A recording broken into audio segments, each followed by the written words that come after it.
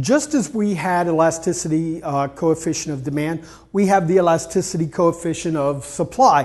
Same concept holds true. If the price is lowered, if people are willing to pay more for my product, does my total revenue go up? Does my total revenue go down? At what point is it elastic? At what point isn't it elastic? Again, we use the same midpoint formula that we used for the elasticity coefficient of demand, except that we're going to use the change in quantity supplied divided by the sum of the quantities supplied divided by 2, divided by we're going to divide that by the change in price divided by the sum of the prices in the market divided by 2. If the resulting number is 1, we say that the supply is elastic. If it's not greater than 1, then we say that supply is inelastic. In this situation, we do not have to take the absolute value because all the numbers would be positive because of the positive relationship with supply. However, we do have to break down different time periods, if you will, that concern the elasticity coefficient of supply. And there are 3 of them. There is the immediate time period. There is the short run time period. And there is the long run time period. In the immediate time period, this is my supply. My supply is completely vertical. In other words, this is the amount of goods that I can bring to market. That's it.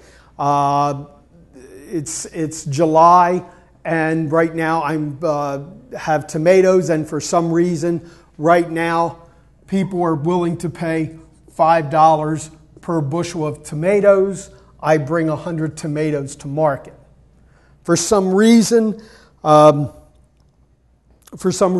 price of tomatoes increases to $10.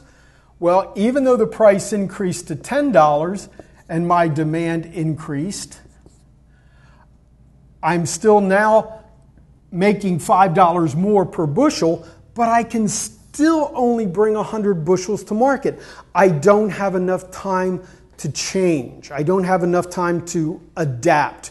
My field is already planted, and I can't plant any more, get any more tomatoes out of it.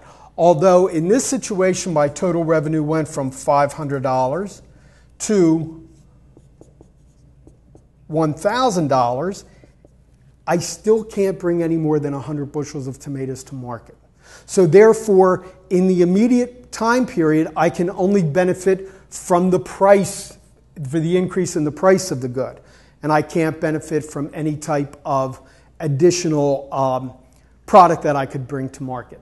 In the short run, my supply curve is somewhat steep.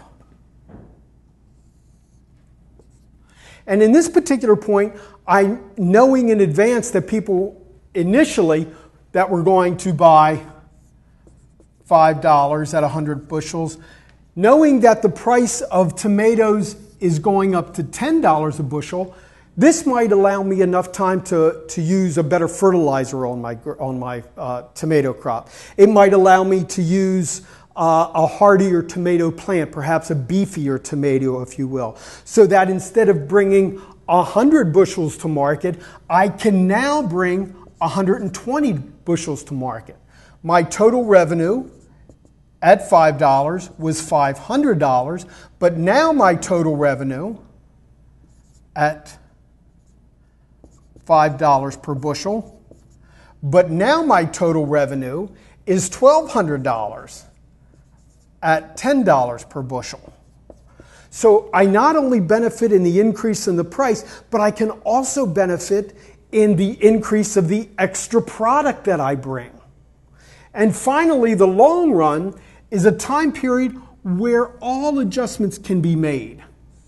And therefore, if people are going to pay me $5 for 100 bushels, I now know that tomatoes are going up to $10.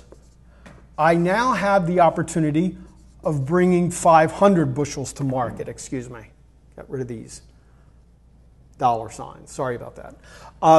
I can now benefit by bringing a lot to market. In other words, I have enough time not only to refertilize the ground, to use a hardier beef plant, but perhaps buy the adjoining farm or rent the adjoining farm in order to harvest more tomatoes. In this particular situation, my total revenue again at $500 is $500 at $5 a bushel is $500. However, my total revenue, price times quantity, when I can bring 500 to market, goes up to 5,000.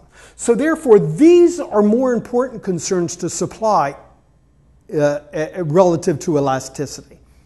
So again, we have the immediate time period, we have the short run, and we have the long run.